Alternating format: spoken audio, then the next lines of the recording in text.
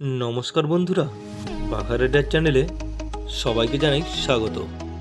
চলুন তাহলে আজ আপনাদের নিয়ে যেতে চলেছি আউসগ্রাম 2 নম্বর ব্লকের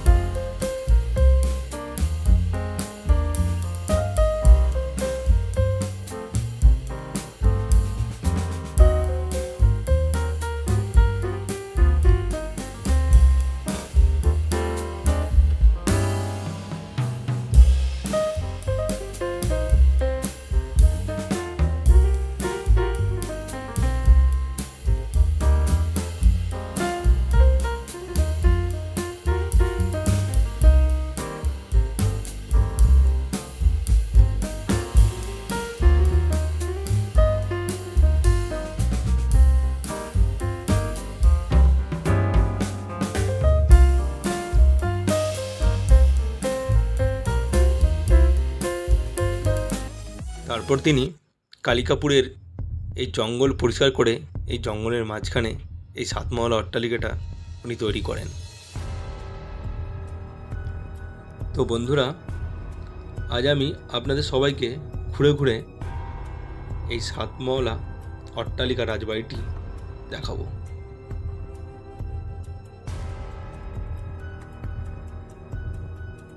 দেখতেই পাচ্ছেন বড় একটা গলি, লম্বা গলি, উপরে কোনো ছাদ নেই। যদি আপনাদের হন্টেড টাইপের জায়গা খুব ভালো লাগে বা পছন্দ যারা করেন হন্টেড টাইপের, তো কালিকাপুর রাজবাড়ি আসতে পারেন। এই লম্বা লম্বা দিবারগুলো চুন সুরকি দিয়ে তৈরি। আমি আরও ভিতরের দিকে এগিয়ে যাব। দেখতেই পাচ্ছেন দাঁড়িয়ে আছে প্রকাণ্ড রাজবাড়িটি। রাজবাড়ির ভিতরে অনেক জঙ্গল হয়ে গেছে, ছাদবিহীন খোলা আকাশ, একটা অন্যরকম দৃশ্য।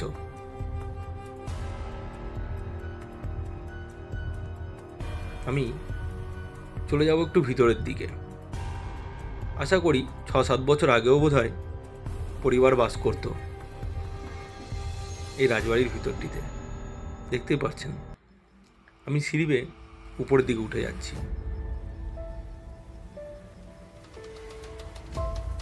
একদম হন্টেড টাইপের একটা জায়গা, দেখতেই পাচ্ছেন।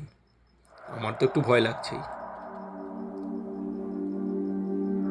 একদম গা শিরশিরে টাইপের জায়গা। সামনেই দেখা যাচ্ছে রাজবাড়ি।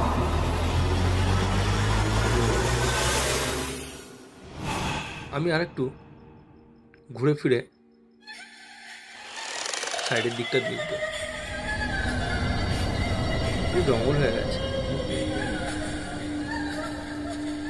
কিছু কিছু জায়গা বা ইট দিয়ে গেঁথে বন্ধ করে দেওয়া হয়েছে। ও ভয়ানক একদম। তো ভাঙাচোরা সিঁড়ি দিয়ে উপরে উঠে এলাম।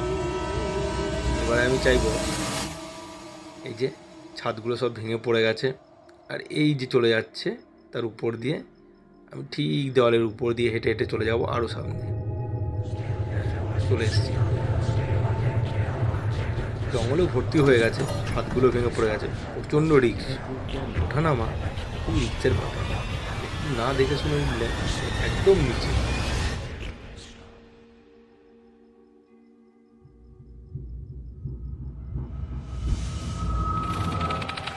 দেখতে পাচ্ছেন সামনের বিল্ডিংটা একটু কাজও করা আছে। এই হচ্ছে কালিকাপুর রাজবাড়ি।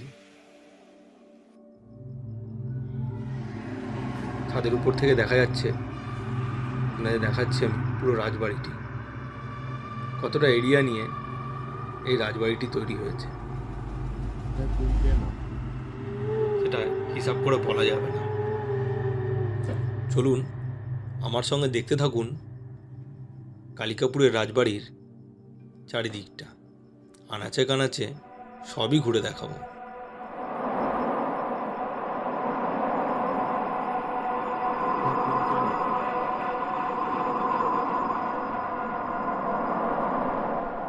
ছাদগুলো একদম ভেঙে পড়ে যাচ্ছে, খুব রিস্ক হেঁটে যাওয়াটা। এই দেওয়ালের উপর দিয়ে হেঁটে যাওয়া খুবই রিস্কের ব্যাপার। যাক, কোনো রকম পৌঁছে গেছি।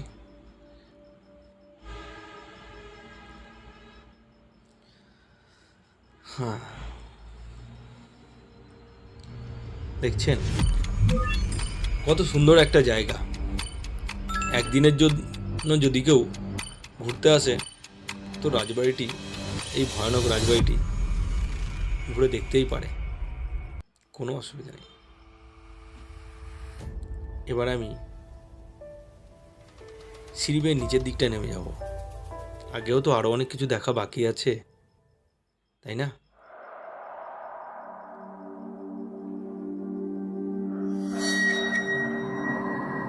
এই হলো কালিকাপুর রাজবাড়ি।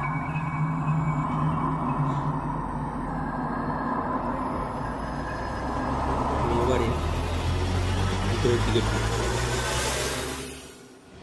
চলুন, ভিতরের দিকে ঢোকা যাক। উপরটা একদম ছাদ নেই, সব ভেঙে পড়ে গেছে। আমি ভিতরের দিকে এগিয়ে যাচ্ছি। এবারে সিঁড়িটা বেয়ে উপরে উঠছি। দেখতেই পাচ্ছেন একদম ছাদ থেকে শুরু করে দেওয়ালে ফুরকি সব খসে গেছে। এবার আমি আর উপরে, এটা যে হচ্ছে বাইরের দিকটা দেখার জন্য।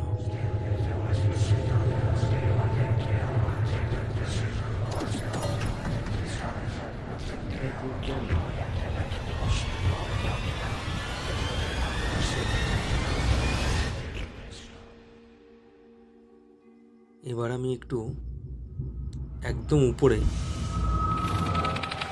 চিলেকোঠা টাইপের যেখানে আছে ঠিক সেখানে সিঁড়ি উপরে উঠছি। আমি চাইবো উপর থেকে পুরো রাজবাড়িটা ঘুরে দেখার জন্য। অবশ্য সব থেকে উঁচুতে উঠলে সব রাজবাড়িটা ভালো করে দেখা যাবে। পাশে যে সবগুলো আছে জঙ্গল, বাড়িঘর, সেগুলো ভালো দেখা যাবে। তো চাইলে আপনারা এসে এরকমভাবে দেখতে পারেন।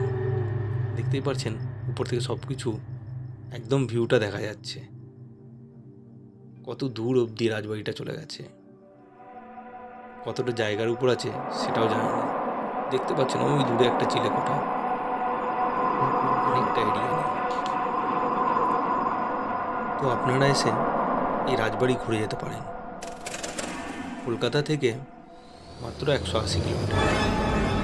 যদি কেউ দুর্গাপুর থেকে আসতে চায়, দুর্গাপুর শহর থেকে মাত্র 37 কিলোমিটার। আর বোলপুর শহর থেকে 27 কিলোমিটার। আপনারা আসতে পারেন। খুব রোমাঞ্চকর একটা জায়গা।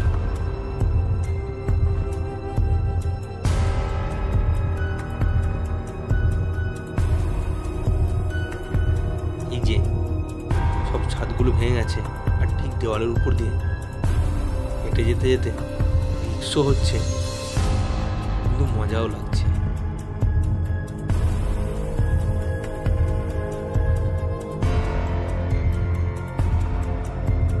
এই যে দেখুন দেওয়ালের গায়ে কারুকার্যগুলো এখন কত সুন্দরভাবে রয়েছে,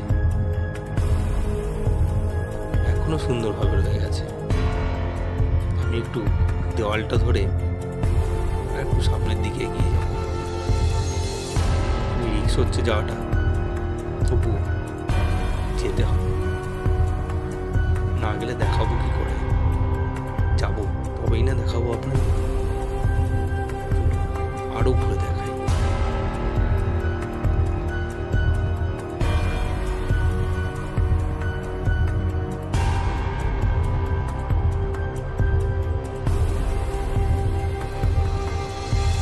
জল বেয়ে যেতে যেতে কথা বলতেও কষ্ট হয়। দেখতে পাচ্ছেন কিভাবে আসছে।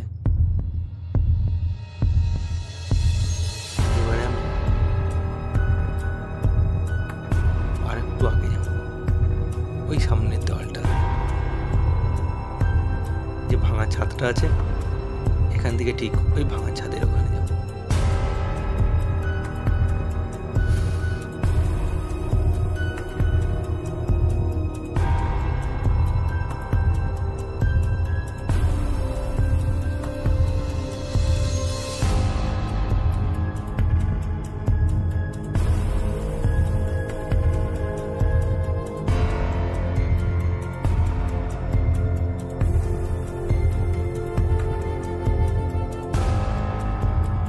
অনেকটা রিক্সে পার হতে হলো, প্রচুর রিক্সি জায়গা। তো আপনারা এলে খুব সাবধানে ওঠানামা করবেন, কারণ একটু যদি কোথাও পা হড়কে যায় একদম 3 তলার নিচে, আর পড়ে গেলে দেখতে হবে না, হাত পা তো ভাঙবেই।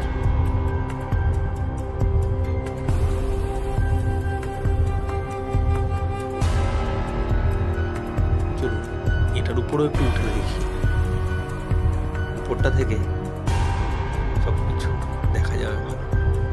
এই যে দেখতে পাচ্ছেন রাজবাড়িটা পুরো, নারকেল গাছ দাঁড়িয়ে আছে একটা, ছাদগুলো তো সব ভেঙেই গেছে, একদম কিছু বাকি নেই।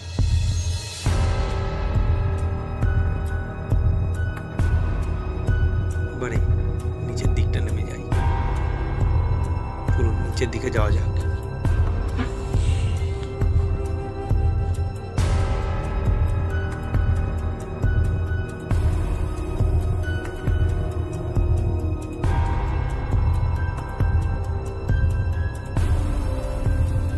এই সিঁড়িগুলো কোনোরকম এখনো টিকে আছে, কিন্তু ছাদগুলো আর নেই। ওঠা নামার জন্য একমাত্র সিঁড়িগুলোই ঠিক আছে।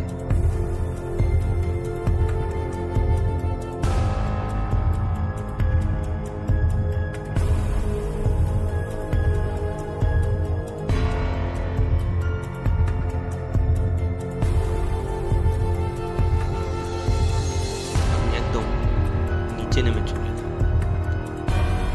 এবারে চাইবো রাজবাড়ি একটু পিছন দিকটা যেতে।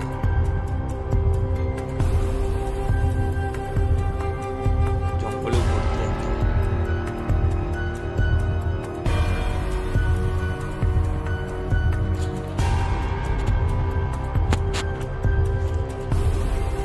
এই হচ্ছে রাজবাড়ি একদম পিছন দিকটা।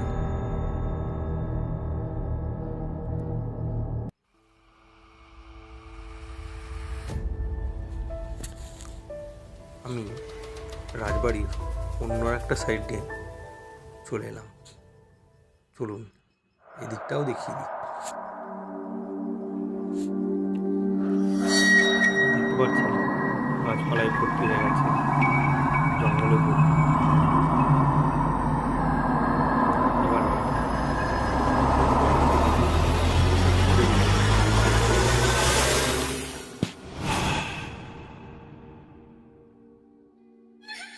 কিছুটা জাল ভেঙেও পড়ে গেছে, কত পুরনো, কিন্তু এখনো কত শক্তপোক্ত আছে। আমি এবার চলে এলাম রাজবাড়ির একটা অন্দরমহলের ভিতরে। ঠিক প্রতিটা অন্দরমহলই এতটাই সুন্দর। এই অন্দরমহলটা এখনো ঠিকঠাক আছে, এখানে এখনো মানুষজন বাস করেন। দেখতেই পাচ্ছেন আপনারা ভিতরে অন্দরমহলটা।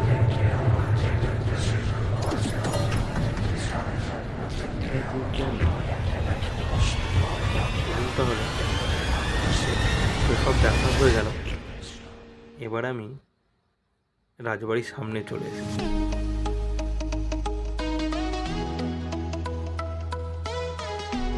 এই হচ্ছে রাজবাড়ির মেন গেট এবং এই ভিতরে এটা হচ্ছে রাজবাড়ির দুর্গা মন্দির। আমার ভিডিওটি আপনাদের ভালো লাগলে সাবস্ক্রাইব করে দেবেন, একটা লাইক কমেন্ট শেয়ার করে দেবেন। থ্যাংক ইউ, সবাইকে ধন্যবাদ।